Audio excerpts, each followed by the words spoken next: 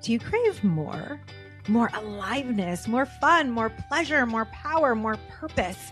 Welcome to Yes Woman, the show for women who know you are here for more.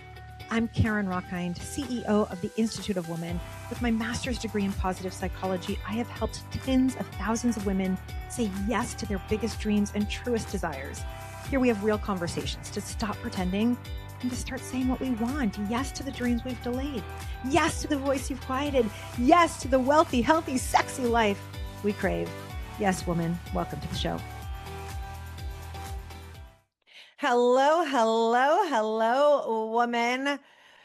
So years ago, one of the things I said yes to was my dream of being on a radio show.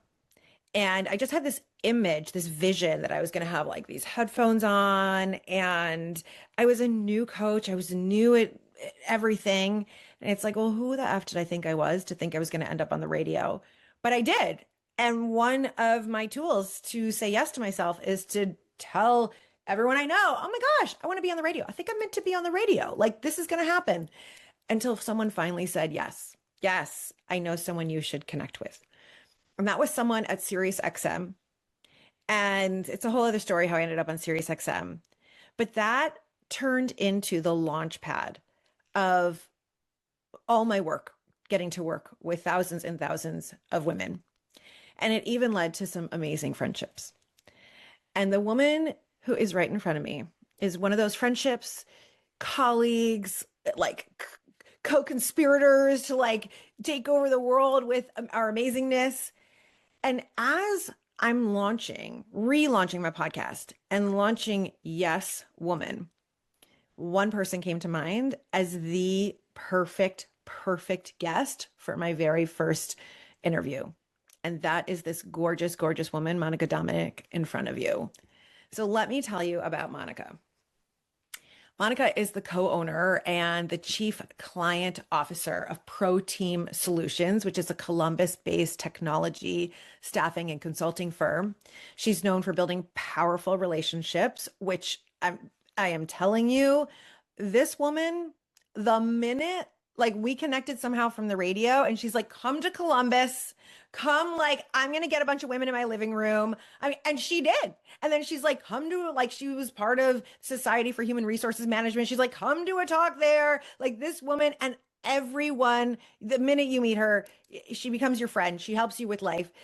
She is known for those powerful relationships, for driving growth, for leading with her heart. She's a dynamic entrepreneur. She's a speaker. She's an advocate for women in business and technology. She has spent her entire career helping people own their ambition. She is the host of the Ferocious Ambitious podcast, which I've had the pleasure of being on. It's such a great podcast.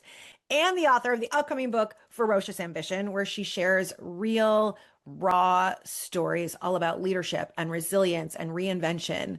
This woman is the real deal. She has the kindest heart. She has the most beautiful soul. She has the most kick-ass spirit, creating a bold life, creating a powerful life of really saying yes to herself and helping others say yes to themselves. So, Monica, I'm so happy you are here. I just love you to pieces.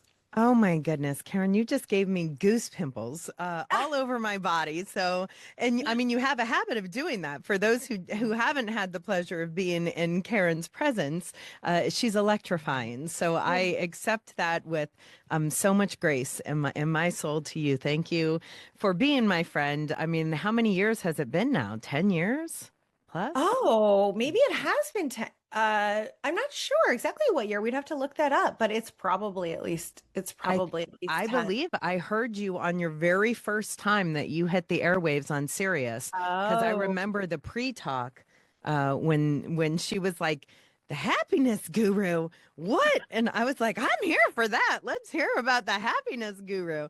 But I right. remember the very first time listening. So I've known you, and then I Wow. met you not too long after that.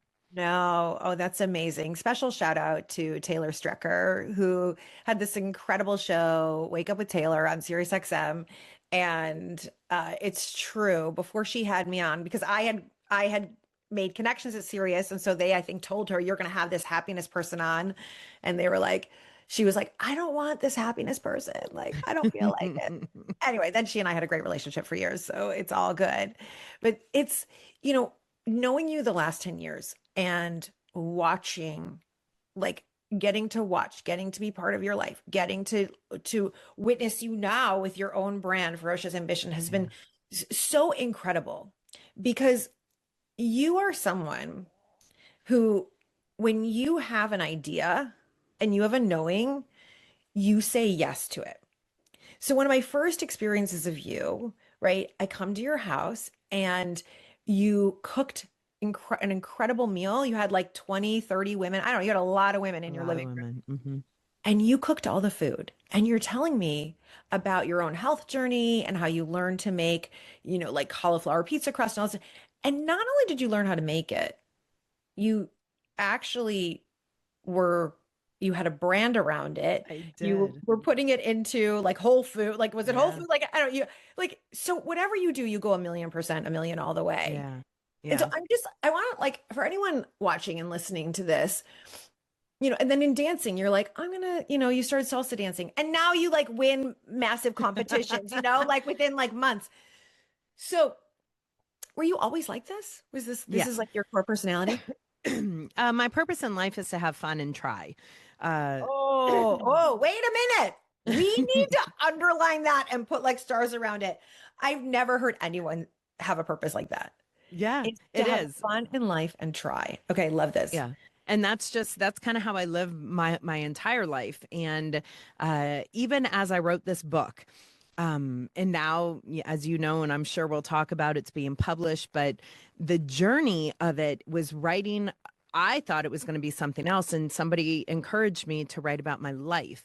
And when I Mm. read it and when I wrote it specifically, and I had to start at my mom and dad, and then you'll read it eventually that the chapters are called like my parents and then the wanderlust because I was raised by watching my parents having fun and trying.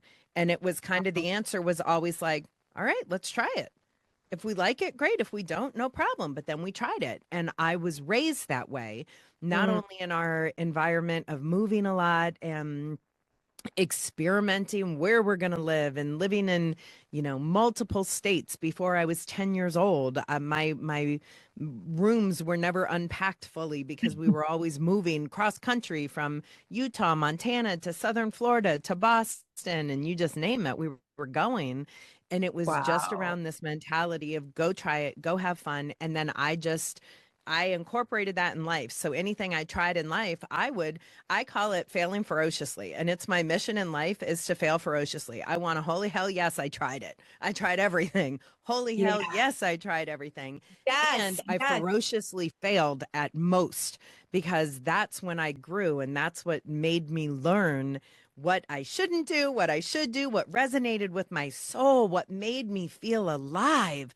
And more Yes. importantly, Karen, what made me feel fucking dead? Am I allowed to cuss? Yes.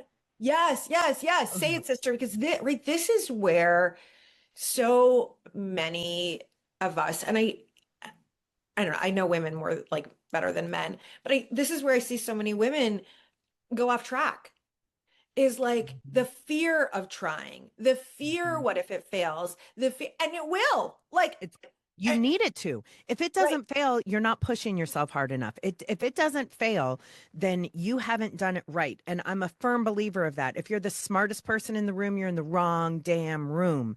You mm, need to challenge yourself. You need to consistently grow. And the only way you can do that is when you get uncomfortable. And the only way you can do that is if you're willing to fail. And knowing that failure does not mean you are a failure. It means you just learned how to be better at something. You don't wear the F on your chest like a scarlet letter.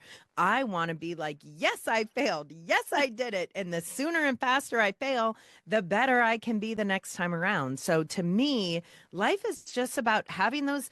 And sometimes it's challenges. Sometimes it's fun. Sometimes, like, go have fun. Go fucking try something. Go get your knee. I call it on the podcast, getting your knees busted up. Like, how many times did you yeah, fall? Did you right, fail? And what did you learn? right, right. I mean, this is such a refreshing attitude because I grew up as so afraid to fail because I wanted to be perfect, right? Like my parents were, You're our third, we got it right the third time, our perfect child." Like that was kind of how I grew up. And it was like, oh my gosh, well, if I fail, I'm not going to be loved anymore, right? Like this was like some sort of unconscious story going on there. And I mean, literally at this point, I'm sure you too, we've worked with hundreds, thousands of women collectively between you and I, and that I think is the difference I see between like joy, bliss, happy, feeling extraordinary, living an extraordinary life, and not is Yeah. this fear. What if I fail? And I love Mhm. you gave a name to it, failing ferociously. Yeah. Because like, let's just stop taking ourselves so seriously. Oh, Okay, so well, you and get on even stage and you sound like shit. Who cares? who Okay, cares? you got on stage. Like that's Mhm. okay, you wrote a book and like, or you wrote a page and then you stopped for 3 years. You wrote a page. Great. Let's That's write the right. second page. Like this is it right here. I By the way, agree. I'm in the middle of moving. This is so interesting. You brought up moving, and like, so I like my studio's not set up yet, but I Yeah. am so committed to this relaunch of the podcast, and so I'm like trying to figure out a comfortable position because nothing is in the right place at the moment. And I'm so happy you brought up that you moved a lot because this will be my son's third house, and he's Yeah. 5.5, and so of course there's that tiny voice that's like, "Ooh, am I gonna like, fuck him up?" And I'm listening to you. I'm like, No, no, I'm teaching him resilience. I'm teaching him try new things. I'm bingo. teaching him like explore and experiment and expand. So, okay, I love that. Yeah. Yeah. You're going to love the book then because the whole first or second chapter, I don't remember which chapter, but it talks about the moving and consistent moving taught me how to read people, how to know an environment, how to get uncomfortable with the or get comfortable with the uncomfortable of making Yeah. new friends, of learning new people, learning new schools, learning new neighborhoods. In Oh my God, I loved it. And look at, I mean, let's be real, that's literally what my career is. So moving that much when I was young gave me the chops to be successful at what I do now. So Wow. keep it Amazing. up, girl. You're This just you're setting this him up mama for heart is so appreciative of you for a million reasons right now, but thank you, thank you, thank you. That definitely like soothes the heart a little bit. It's, that is like what I know about you. Everywhere you go, you make friends. Everywhere you go, you're so genuinely interested in other people. You're so genuinely, you care. You're like, how can I help? What can I do? And I think that's part of ferocious ambition. But you're doing it from heart. You're not doing it just to like get ahead, right? yeah. So let's talk a little bit about heart and ambition. Because I think sometimes when I talk to women, it seems like, oh, those are two different things. I can either like be loving and of my heart, or I can be ambitious and fierce. And you are this beautiful combination of both. Thank you. It's Mhm. something that I really try for that balance of. And it's tough, I'm not going to lie. Sometimes when you're the keynote and I've got 600 faces looking at me, you have to be Monica. And and I'm great at being her. It's the one thing I do excellent is being myself, right? Yeah. Even when I fail, it's because I'm just walking in my truth of what I am. But then I had to look at that and say, what I'm doing all of this for. And it's not sure, if financial success comes from it or anything, then okay, that's all great. But I've never looked at it as a part of that. It's more just like, I, Karen, I know in every fiber of my body, when you talk about, you said you wanted to be on the radio. I have said from jump, from when I was a child, and my older sister, she's 15 months older than me, when we would play, she wanted to play house and she wanted to be the teacher or the mom, and I had to be the kid. And when it was my turn to play, I wanted to play office and I wanted to be the marketing executive in a corner suite, going to the Hamptons for cocktail hours every weekend. But I had this vision of I was going to be great in business.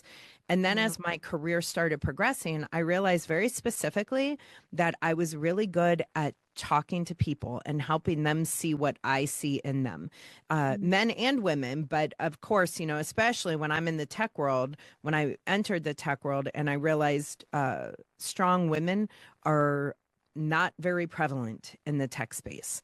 And then learning that even if they are in the tech space, then traditionally you tend to see more introverted women or shy people who don't have these, loud voices, these loud booming voices. And that's what started, quite honestly, my whole journey around Ferocious Ambition was, no, I'm going to reach out to these women and I'm going to teach them how to be heard. And that was my first keynote, was called hashtag Be Heard. And it was critical communication skills for women in the workplace, because I wanted to reach out to women and teach you how to not cower down. But then it started, and not even cowering down, just realize that you can have your own voice.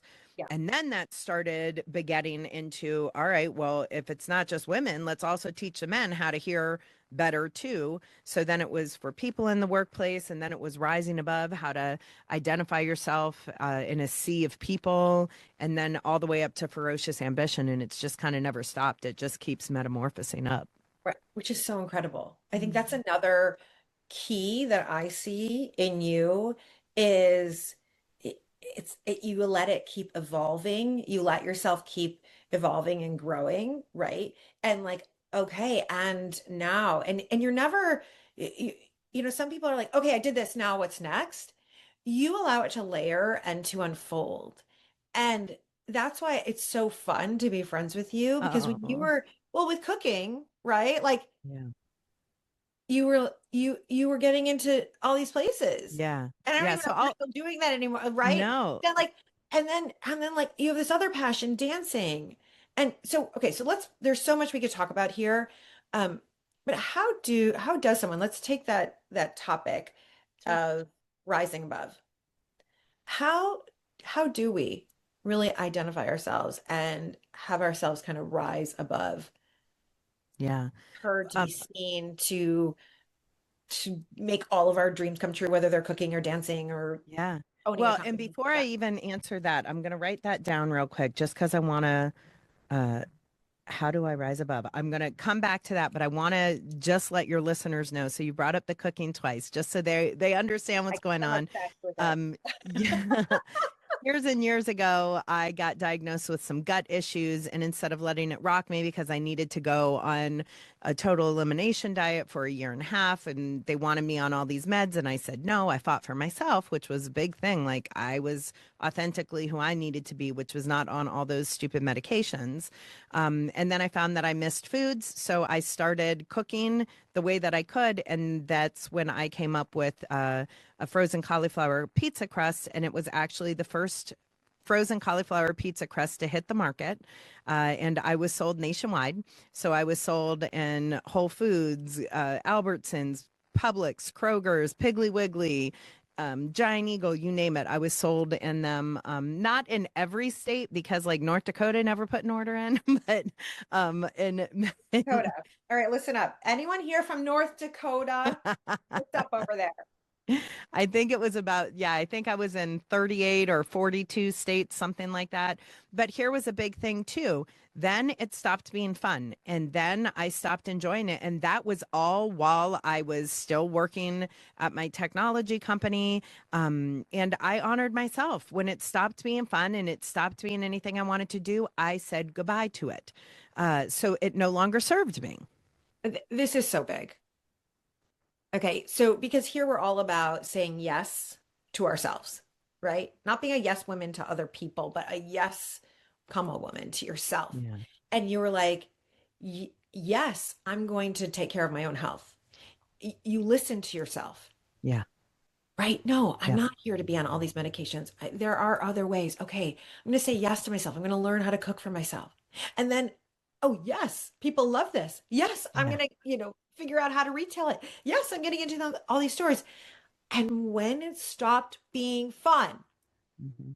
I hope that this line is in your book because I want to underline it. I want to put like a little, ear tag on it. Like when it stopped being fun, when it You was know, a no, funny, I don't think when it it's was a no, anywhere. It's girl, nowhere in my book when it's not. It's no, but there's so much in the there's book. so much But else. so It's yeah, okay. We'll that's save that for your amazing. next book. Because when it's a no, we have to be able to tell what a yes feels like in our Mhm. bodies and what a no feels like. That's right. Right? When it's a holy hell, yes, it's fun, it's elevating, right? But what you just said is so important. It was no longer fun. You felt the no in your body. Yeah, I felt that no. And look, I'm not saying that I love everything all the time. And if it's not fun, I don't do it. I'm not saying that. I understand that there's ebbs and flows in anything, but it stopped serving a greater purpose for me. And it Yeah. wasn't where I thought that I was going to grow. So then, and then ballroom, yes, I found I was asked to be in Dancing with the Stars, a local one here, and it entered my soul. And after I won it, I couldn't leave it. So then I started competing and doing, yeah, I'm a competitive Latin ballroom dancer in the pro-am circuit with my pro Aleco, and I'm lucky enough and fortunate enough that I can travel around the country and doing it and just having a fun. But I will then say, now, how does one rise above? If I can give any Yeah. advice to the listener, to rise above, you need to be authentically you. That is 100% where it starts. Yes, I can lead an entire day of sessions on the art of rising above and how you make yourself stand out. But the number one thing that it starts with is that you authentically know who you are and you're not going to apologize for it. Mm, But you mm. also have to know, and when I'm saying you have to know who you are. If Yeah. there is an area, if you know that you're snappy and that you and I mean that in a negative way, like if you can't even take criticism, even if it's coming from some people who love you and it's coming from a really really good place, don't. But I know so many people, and I'm sure you do too, you dread giving them coaching Mm, because they don't take the coaching as coming from a good place. They right. take it as an attack on their character. And that is the number one thing. If you know that you're doing that, reframe your mind with that, because that's the only way you can be authentically you, is knowing what you're really, really fucking good at and knowing what you need to make changes at to become better or balance a little bit more. But you can only do that when you authentically know who you are. Yeah. Yeah. It's like there's knowing all of you and being okay with all of you, Yeah. meaning that you're someone who is loud.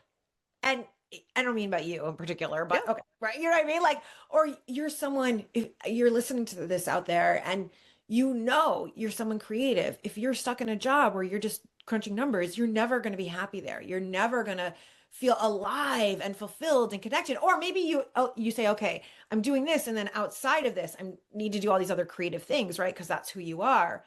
And it's okay to also know that there are growth edges. Yeah. For me, emotional regulation has been like a thorn in my side, I would say, for a long time as the thing that was really hard for me, Yeah. and being able to really mitigate that in order to be my best self and to, right? And so knowing that, it's given me the thing to really work on and to still work on and to still like, and that's why if I don't do my morning meditation, my morning grounding, I can tell. Yeah. So it's not bad to have something about you that you want to shift, you want to grow. It's information. That's And right. then you get the tools of how do I work That's with right. that? And I see so many people who stop at that. They just think that, not even that they think that they're perfect or they think that they're amazing, they're just unwilling to change. So Mm, even if they recognize an area that perhaps is holding them back, instead of overcoming that, they just keep on doing it and say, well, it's who I am. Okay, but why? yeah. Do you even enjoy that? And if Right. you do, then great. But if you don't, like, then why are you settling yourself for that? Yeah. Yeah, it's so interesting. And because you're in the corporate world that I used to be in, but Hmm. now I'm in this world, right, around women all the time, and who might be in corporate, but they're coming to me because they want a different life, right? And or like a more fulfilled life. And I see a little bit of the opposite, which is so many women who all they focus on are the bad things about themselves, Ah, yeah, right? Like beating themselves up for having a bitchy side or beating themselves up for uh, thinking that they're too cautious and that they go too slow or like whatever it might be. And to any of you listening, what I want you to take away from this, what we want you to take away is amp up how amazing you are That's right. and to really like spend the time, go inward, look at your life. One of my favorite exercises that I give my client is called I am amazing because Mm, women beat themselves up so much that if you just pause and you're like, wait a minute, I had a crap day, but I still got dinner on the table for my kids. I'm amazing. yeah. Or I did that report in record time for the company. Hmm. I'm amazing. That's right. I like one of my clients didn't even realize she thought, oh, she came to me, she's like, oh, and this is wrong and that is wrong. So I'm like getting to know her a little bit. Turns out she had a really hard childhood. When she was 17, she left the house and she went abroad by herself. I'm like, you are amazing. Look at how Amazing. courageous you are. Right. And then Right. she would say something like, wait, you're such a wild woman. You love nature. She's like, yeah, I want to just be out in nature dancing naked. I'm like, look at how amazing. So that, right? So it's like whoever you are, the amazingness we want to amp up. You've got to amp it up. And then it's realizing, so like when you said, somebody who is criticizing themselves about being so slow, I would reframe that and saying, like, look at what my patients caught. When I had the patience to read the 60-page contract that nobody else would, look at what I noticed. Look at what I recognized. Look how much money I saved the client or my company, or look at the fact that I had that patience. Look at the positive that came from it. And this is what you're really good at. But when you know you're really good at that, and whatever you're doing, find the yin to your yang, right? So, like, finding that balance of knowing this is what I'm really, really, really good at, which then here's some areas of weakness that I have. And now, guess what? Now you can work on this, you can train on this, or you can find the subject matter experts in it so that Yeah. you can easily say, not my cup of tea, but let me introduce you to the person who is. Yes, you surround yourself with the people. Yeah. Mm-hmm. I want to get a little bit into maybe some of this is like a teaser for your book too. Yeah. On a personal level, some of those failures, like what's something that actually hit you really hard? Where you thought like you were saying yes to something in your life, but like the universe said no at first and it hit hard, or one of those failures that just, it hit. And how did you rise back into your yes after Mm. that? I Mm, love that mm. question because that's what inspired the whole book. No lie. I'll tell you real quick story and then I'll answer your question. I love stories. Go. We love stories here. So the whole book, Ferocious Ambition, came about when I purchased the technology company that I've been with for 13, 14 years. 3.5 years ago, I bought the company with a business partner. And when I purchased that, and we have anywhere from 130 to 160 employees. So I mean, we're not a small company. We're a nice sized company. Yeah. And I kept going on this press junket, and all anybody wanted to talk to me about was the success. Monica, you're 45 years old and you own a multi-million-dollar company. And I kept saying, like, yeah. And they only wanted to talk about the success. And I'm like, can we talk about the failures that it took me to get there? And Yeah. that's what birthed all of Ferocious Ambition, was because Oh, I said nobody's doing a podcast that's talking to people about the failures that it took them to find the success that they're at. So since nobody was asking me the question, I started a podcast to ask myself the question. And then I started asking other people the question. So that's literally what the podcast is. And what started that for me, and there's a whole chapter in the book around being fired. And I do a whole keynote around the power of being fired and how we as women, when we get fired, we wear it as an absolute shame. And we yes. say that that goes internally against us. It is a ding on our character, that if we were fired, it means that we're not good enough. It means that we're less than. It means that I was too loud or I was too quiet, that I was too bold or I was too meek, that I was too loud, or it doesn't matter. Like we think that we were either too much or too little and that Right. we were Not failures. good enough. That's right. Yes. And so I call there's three times in my career that I've been fired. And one of them I was ferociously fired. I was fucked. Like they did me dirty.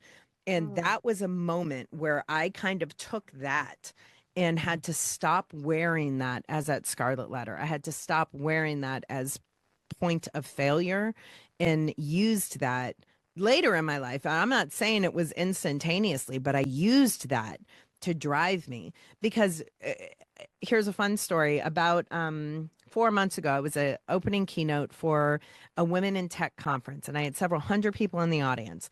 And the first question I asked is, how many people in this room have been fired? And there were only, I probably had 600 people in the audience, and maybe 5 hands went up. And I was like, interesting. So then I said, I've been fired 3 times. And then I walked through how I've been fired. And then I walked them through the instance where I was ferociously fired. And then I talked about the science behind the shame that women feel. And then I talked about rewiring it. And then I said, how many women in this room have been fired? And like 70 hands went up. And I was like, there, look around. All of you had this shame in your heart that you couldn't even, you did nothing. Half of them were probably rips from massive cuts where they're laying off 500 people. It's not you. It was the environment. But then the ones who I even said, now, how many of you with your hands up loved your job? Loved your job where you wanted it, like it was devastating to you because this was the work that you saw yourself doing for the rest of your life. Dream. Like 3 hands stayed up. And I was like, for you 3, I'm really sorry. My heart goes out to you. But for the rest of you guys, you should have fucking left. You were staying at a job that did not serve your purpose, serve your soul, light your fire. I'm not saying that we don't. Obviously, we need jobs. We need Yeah, like pay our bills. Yeah. All I'm saying is let's find a job that works with your skill set and stop having the person try, or the man, the woman, and whomever it is, the leadership, push you down into fitting into a bucket that you don't even want to be in. Freaking man. Yes, yes, yes, yes. Okay, this is like so big and so important. Those 67 women felt a huge no. They didn't like their job. They didn't want to go. They were probably daydreaming about their, going to another company, starting their own business, being at home, like raising their children full time. Like they had other ideas, but they stayed. That's right. Because the yes to their shame. This is a huge thing, that when we're not saying yes to our truth, we're saying yes to something else. That's right. You're saying yes to the shame. You're saying, which is really then you're saying yes to other people's opinions, that their opinions matters more than yours. That's right. And I found at the end of that conference, end of the conference, I had a woman come up to me with tears in her eyes. And she was like, I just wanted to let you know that I got fired 5.5 years ago, and I've never let that shame go until right now. Karen, come on. God. I'm going to cry. Yeah. And that's what women do, though. And I've hosted that exact same session at conferences that are full of men as well. And when I talk to the men, and there's this whole area that I do where I have QR codes that come up, and I do these live polling questions, and it is fascinating when you see the answers of yes, I've been fired, and the options are I wore it as a piece of shame, I didn't even tell anybody, I hid it until I could, and then all the way up to like, fuck, who cares, I got fired, and what's next? And the number one answer for men to the number one answer for women are vastly different. Men are like, move on, what's to the next? And I've had guys come up to me and they said, you literally made me rethink the way that must have made my wife feel, when I kept saying, honey, don't worry about it, you're fine, you don't even need to work. And I'm like, oh, you can't ever tell her if she wants to work, and like then encourage it, but it's sometimes just rewiring. So I'm all about even having men. I love having men in the audience because they need to learn the true way of the woman too. Just like I read all sorts of self-help books on men too. I just finished one, The Way of the Superior Man. And my husband was like, why are you reading that book? And I'm like, so I can better understand. I can't be a better woman if I don't understand how the better men work too, Oh, I love that. I'm going to put a link. First of all, I want to read that, and I'm going to put a link to that in Yeah. the show notes so that we all can like read it and have a little like, powwow on it. This is so important. This is so important because can you imagine a world where women were not afraid of the failure, where women did not succumb to that fear of shame? Right. I mean, women are fucking incredible. Yes. We're magical. Like literally our bodies make toenails and put them in the right place. Like this is like I'm in amazement. When I look at my son all the time, I'm like, how did I make you? You made Like him. I Yeah. made you. Hmm. And like you don't have three eyes. Like this is incredible. Yeah. Right? And women still do the majority of childcare. Yeah. Even being in the workplace, like how do we not look at ourselves every day like I am such a fucking badass? Hmm. Right? Like with the amount I was doing an event. Well, you were at one of these events that you came to my Woman Rising event. Oh And yeah, that was a and when great I one. ask, thank you. When I ask how many of you have been, I share my own story of abuse and how many of you have been abused. And the entire room, maybe except for one or two women, stand up. Hmm. It's like, and you're still standing. You're still standing. Well, It's it's like, you're amazing. I say it often on the podcast where I say you've literally survived 100% of your worst days. Yes. Nothing has taken you yet. You have survived 100% of your worst days. You have. You may Yeah. not have done it with grace. You may not have done it with beauty. I hope you didn't actually. I hope you got busted up knees and you were bloody and you learned from it, but you survived it. Yeah. You didn't let it take you. You have survived 100% of your worst days. Yes. And now it's like the way that we say yes to that is can we take that fact of survival and own it as a badge of courage, own it as a badge of resilience, own it as a badge of strength. And I know we're all tired of being so strong. So call it resilience, call it courage. And then can you glean what's the thing? That's Like right. you learn from that, whatever it might have been. Like the thing that was the hardest for me to get over in my life was when my first love, who I was madly in love with, abused me. Yeah. And I hung on to that for 30 years. The shame and something must be wrong with me. Right. And it's like only when I was able then to shift it and really look at it and say, oh, that's, I think, why I'm That's so loving toward all other women. that's right. It's like something was wrong Right. with Like, her. oh, Right. right. I know. And that We when you said what internalize the it. men say and what the men, if they get fired, I'm guessing the number one answer is it's their fault. Right. Like Number one answer they blame the company. when number one answer when men get fired is more no big deal, move on to the next thing. So it's not even that they're passing blame, it's that whatever. It's they're so and think of that too though. They don't even care quick enough or long enough to say it's their fault or Yeah. it's my fault. Wow. They just say, no, no big deal. I'm on to the next thing. Hmm. And they get there fast. I'm Yeah. talking within 30 days. They're like, no big deal. I'm on to the next thing. I'm on to the next thing. And women will sit with that for years. Yeah. Yeah. Years. Mm-hmm.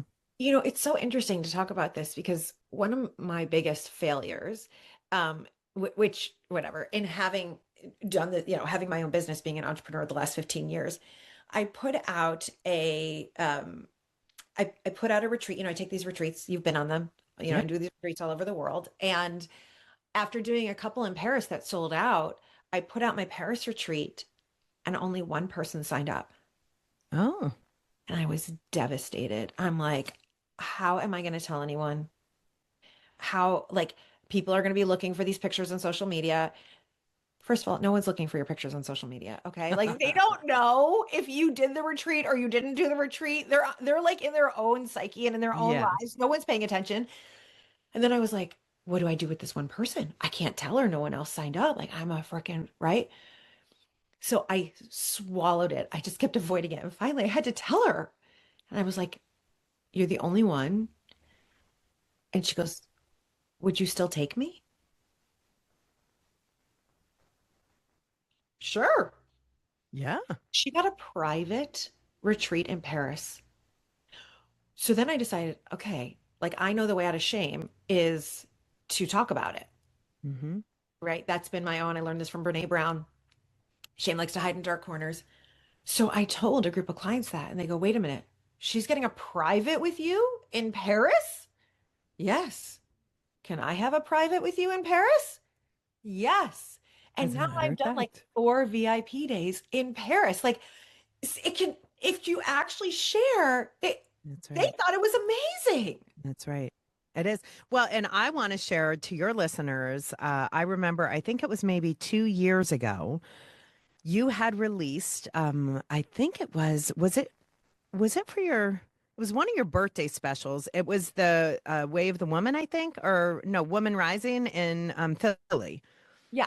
Was this 2 years ago, maybe? I think it was 2 years Yeah. ago. Oh my God. Yeah. One person. And I was the one person. And I signed up because you had your birthday special. Was it your 49th birthday or your I don't know, 45th but I birthday or remember. Oh my something? God. I forgot. Like I'm telling you Yeah, stories if you haven't. So that was another time when one person signed up and you were the one person. And I'm I thinking, was the I'm one going to have to person. cancel this. But Yeah. guess what, bitch? You sold it out. I Like you sold know. out. Like so it's the thing of like, but I want people to hear that. I want your audience to hear that. Yeah. You guys have known and loved Karen. I mean, if you don't know her now, just prepare yourself, man. Buckle in because she's gonna change your life. But it was that where the best, right? So like people even say to me, "Oh my God, how do you never get uncomfortable? You never feel fear." I am Right. scared all the time and you still plow Right. through it, or you acknowledge it, you own it, you maintain it because you got on a call with me and you said, "Man, you are the only person who signed up for my birthday special." And I was like, and so that means I'm the only one who got it at a sale price. It was the like, okay, everybody else is paying full price, Karen. Right. And then I think the next week I was like, "So how's that going?" And you were like, "Well, like 5 people did." And then a month later, you had hundreds. Yeah. And that's the thing. So we can all go through that self doubt. We all go through the fear of failure. We go through the fear of, or the imposter syndrome. Why would somebody listen to me instead of Brene Brown? I am never telling you to not listen to Brene Brown, but I'm saying listen to us both. Listen to yourself. Listen to other people out there because there are so many different personalities and there's so many beautiful stories, and there's so many lessons that each of us can give and receive and learn. And we can only do it if we're willing to get uncomfortable Yeah. and be vulnerable. But look at that. I mean, I remember that day you were almost in tears saying one person signed up and it's you. I'm like, well, lucky Almost. me. But, I mean, and I then don't think it was then you almost. got I sold think, out. yeah, I think I was like, crocodile tears for sure, like all the way. Um, thank you for reminding me of that because my memory of the event was just like how amazing it was and how full the room was and like how literally like the world seemed to shift in just two Mm-hmm. days of that many It women did. coming together. And so thank you for reminding me. Oh, and fun Right. fact, I don't know that you even knew this. So I had been working on a book for like 2 years before that. And I got up on your stage and said that I'll be a best-selling author. And one of your volunteers and one of the lovely ladies there came up to me at a breakout and she was like, "Tell me about your story. Tell me about what you're writing." And I told her, and she was like, "That's not your story. That's not the one you need to tell." And I looked at her like, "Who do you think you like? I don't know you." And Good for you, lady. she was like, "I own my own publishing company. I have 500 best-selling authors under me, and I've made a whole career out of this." And I was like, okay. Okay, mic drop. Tell me what I need to write about." And she said, your story, because I was writing something on critical communication skills for people in the workplace, teaching people the different scientific methodology of how to and what people hear and what I was going down that path. And she was like, "Nope." I said, "I've been writing this for 2 years." She goes, "I don't care. That can be your second book. That is not your first book." So she challenged me at your conference. She challenged me to write this book that not only did I write it, but when I finished it, I sent it out to several different traditional publishing houses. I didn't want to do my self publish and I didn't want a hybrid and I didn't want to pay to publish. I wanted to get signed by a traditional publisher and that's it. I sent it out to several different publishing houses. All of them responded with positive letters of intent that they wanted to work with me. And then I picked a small niche startup, even because I believed in them and I knew that they were going to throw their weight behind me. And that is literally because I got uncomfortable at your conference that I signed up for. And that publisher came up to me and challenged me right on the spot, dead on the nose. And she said, absolutely not. You're writing the wrong story. Oh, Yeah. Yeah. wow. Yeah. That's incredible. Does But she know? that is also because I got out of my comfort zone. And look, I can be comfortable. I'm comfortable on stage. So me Yeah. getting out of my comfort zone isn't being at a conference. I'll tell you what gets me out of my comfort zone is being raw, being real, and being Mm. super, super honest about what scares me. And when you do that, that's when you can find that growth, right? So in doing that, that's quite literally what put the book in motion. And then yeah, and now it's the book cover just got released today to me. We just approved it, and it's going to be amazing. I'm so excited. There's already my book launch party is in the beginning of April. I have corporate sponsors who were banging on my door saying, "I want to sponsor the book launch." So we're already thinking it's going to be like 200, 250 people who are coming into the book launch for the party. So here we go. Oh, yes, woman. Okay, this is, I'm like, woman, yes, yes, yes, yes, yes. Okay, this is so incredible. Thank You you. are so incredible. Thank you. Everyone must get this book. When it comes back Yes. out, we must have this conversation again. Okay. Mm-hmm. So we can then show the cover and we can all look at it and we can all, Absolutely. right? Thank you for that example. What I heard in that is you were an immediate yes, obviously the first day of coming to my event. You were a yes even when no one else had bought it yet. And Mm-hmm. you were a yes to listening to someone else give you advice. Mm-hmm. And then you have been a yes to sharing your vulnerable stories because what you're sharing with me is when you get on stage, you are sharing your truth and who Oh you are. yeah. And the thing, I swear, the thing that can feel the hardest to us often is the purpose, is the Mm-hmm. thing that we really need to say yes to because there's so much gold at the other side. Yeah. Well, and I want to also say, you'll see this in the book. So I feel like I'm surprising a little, or I'm ruining a little surprise for you, but um, there is, and the book is called Ferocious Ambition, and anybody can find it at ferociousambition.com or monicadominic.com. Can we We'll link pre-order? all that. Wait, But can we pre-order? Well, wait, real quick. Sorry to interrupt. Can we pre-order? you will be able to. We don't have the link available yet, but yes, Okay. you can pre-order. We will Okay. definitely have that. But during my health journey, when I was going through all these health issues and all these struggles, my heaviest weight I ever clocked, the before picture was in the Versace mansion pool at your conference in Miami. And that is the before picture. And that day I was stunning. I knew I was like, I still felt beautiful, but when I saw that and still you can have that light shine in you. And at that conference, I believe you have that image on your website someplace where I literally had, 30 amazing ladies place their hands on my shoulders and pour energy and prayer and Reiki and love into me, all praying and hoping and Reikiing the energy for healing, and I'm healed, and it's kind of one of those things. Like, I'm not saying it was 100% that, but it's that energy and it is what you surround yourself around. So Hmm. letting the transformation happen internally and getting really real with yourself of what you need, that's the only way that you can grow. Yeah. Yeah. Yes, it is.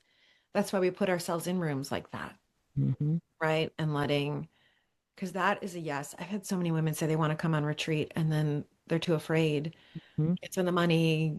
Husband won't like it. Can't leave the kid. You know what I mean? Leave the kids. And it's like, Yep.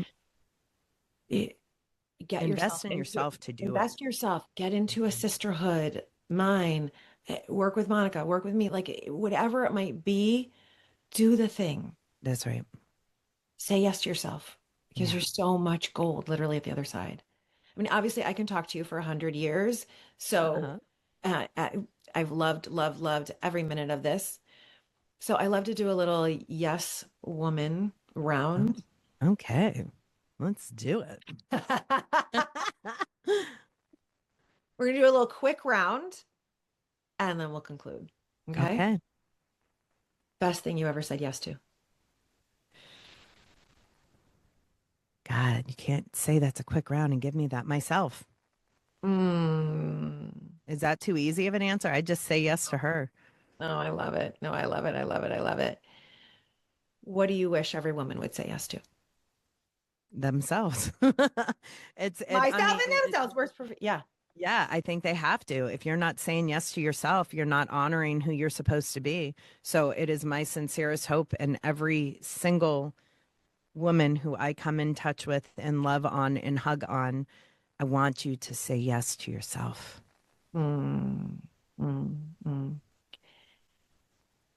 I was going to ask what's one thing you want every woman to know, but you just answered that.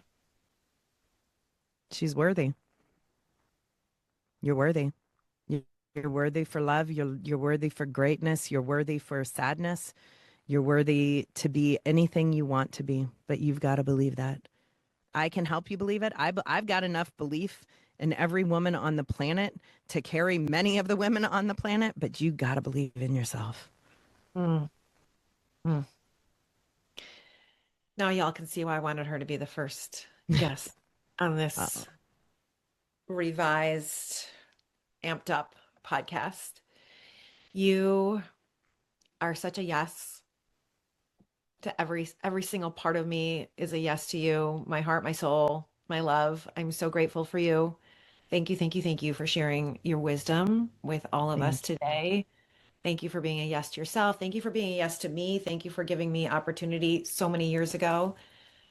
So grateful. And literally, the rocket ship is just launching for you, and it's going to be everyone watch Thank you. out.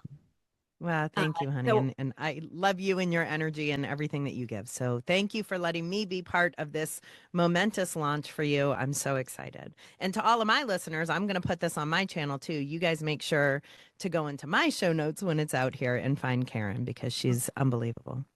I mm, still mm, end mm. every keynote that I do with a slide of you. Where Really? I say, yeah, every single keynote that I do, it's my second to last slide before they get my information. I have pictures of books that I recommend, podcasts that I recommend, and your website and you. And I say, like, get yourself a personal coach because you can't grow unless you're having people who are pushing you. Oh my God, I love you. I That's love amazing. you. So that said, where can people find you? We can link it in the show notes, but I will. monicadominic.com or ferociousambition.com, both of them will get you there. You can find my podcast on any of the podcast outlets that are out there. Ferocious Ambition. You can book me. I travel all over the world doing keynotes and sessions.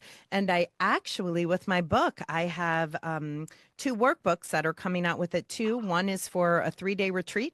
It's a like a 50-page workbook that goes through like full expanding your mind, your body, your soul, and finding your own ferocious ambition. And then a workbook that also goes with half-day sessions, full-day sessions, intermittent breakout sessions if I'm one of your keynotes. So lots of ways that you can work with me. And yeah, just hire me as a personal coach too if somebody needs career advice or help kind of navigating that corporate ladder.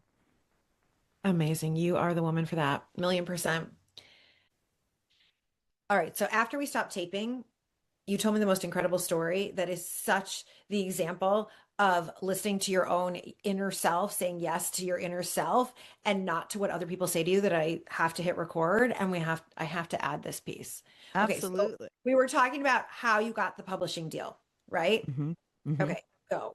Yeah. So when I finished the manuscript, and I had submitted it to several publishing houses, and I'll say that somebody before I officially went down that route was trying to get me to do like a pay for publishing. And there's a beautiful spot in the industry for pay to publish. So there's different publishing arms. There's pay to publish, there's self publish, and there's a hybrid publish. And then there's the grand poobah of it all is a traditional publishing. Traditional publishing is where they pay pay for you to be there. So they put all money in efforts of producing your book, of printing, etc., and they get X% of anything that's sold. And all of the other ones where either I would pay for it and own 100% rights, or you take a risk and not have the pros who are doing it and you just self-publish it, or there's a little bit of in between. So I was kind of given a I don't know, somebody was trying to check me a little bit, saying like, good luck with the traditional publishing. Maybe you're going to come back to me because it's a really hard industry to crack. And I said, okay, yeah, I'm going to try it. If I fail, then I'll come back. So I submitted my manuscript to 4 different publishing houses. 2 were big ones. One was a medium-sized one, and then one was a startup. And I want And to, yeah. this is so important. Other people were telling you, oh, it's hard to get a traditional publisher. Mhm. Oh, oh, they take a lot of the money. And your inner self was like, this is my truth. I'm doing this. And then also, people probably were like, you need to get an agent. You can't just submit direct to a publisher. So that was one of the questions I asked you was like, oh, did you submit? You submitted direct to publisher. Any of That's us right. who've ever like gone this route or long books, you can't do that. You've got to You get can't like, do do that. you see? That's right. Yes. Okay, this is That's so right. good. And I was told that. And I had publishers who were coming saying, or I'm sorry, I had agents who were coming to me saying, I'd like to represent your work. And I was like, oh, maybe. Let me try. I'm just going to try. I'm just going to try and see what if I fail, I fail. This is my very first manuscript of my very first book. And I kind of expected, as I do with everything in life, I expected to fail. I expected to fall. I expected to learn. I've never been in publishing. I've never published a book. So I wanted to learn along the way. So I did. I self submitted to 4 different publishing houses, 2, again, the big ones, a medium one, and a small one. And all 4 came back to me and said that they wanted to represent and work with me. And then I picked the small one. I picked the underdog, and not only because so I picked Fiction Forge Press. I will absolutely give them a shout out, an incredible up and coming traditional publishing house, and they are out of New York, and they have built a team of all the right agents, designers, editors, publishers, and Andrew Baylog is the owner, and I loved him. And I actually met him because, oh, you know what? Funny enough, I met an author at one of your events, Paula, and I interviewed Paula on my podcast. And Paula said, Monica, I need to introduce you to this other author who I just met named Andrew. So I interviewed Andrew on my podcast where he talked about his book that just published. And then he was telling me about his publishing house. And a year later, so all of that came, I just put those together. All of that came because of one of your events too. So, Oh, yeah. okay. That makes me so happy. This is like, Yeah. I love it when all the things come together and they, Yeah. so, and the person you interviewed was the head of this publishing He's the creator of Fiction Forge of this, Press, of Fiction because Forge. he said when he was going through it, he said he was running into so Oh, many of the issues where people were like, oh, with the agent, or oh, I'm gonna screw the author, and it's my book and I want to change most of what the author wrote to fit, and there's a place and a time for all of that. But he said that he wanted to create a company that was for the author. And I then listened to my gut where it was like, is there a louder voice out there that could maybe get me faster seen and faster heard? Yeah, some of those big dogs could have done that, but then they wanted to change my story. This story is about my life. I can't change it. This right, is my life. It's a right. true story. It is my life. So I went with the underdog, and now we're it's just going crazy right now. It's So going to be it's incredible. so Okay. exciting. Hmm. So I had to hit play because I'm like, why are we not taping this? This story has so many moments of exactly what this show is all about. Other people telling you what to do, how to do it, wanting to cast doubt for you, wanting you to do it their way. And you kept checking in with your own internal truth. And I know it. Name and lights. Name and Yeah. lights, already done, already done, already done. Your star has already risen. And yeah, the world's just waiting Thank to you. catch up with you. All Thank right, you. everybody, Well, had to add this segment. Love you. Everyone, thank you, thank you, thank you for tuning into this episode of Yes, Woman. May you live purposefully. May you love yourself. May you love life and be a holy, holy hell yes to yourself. Bye for now.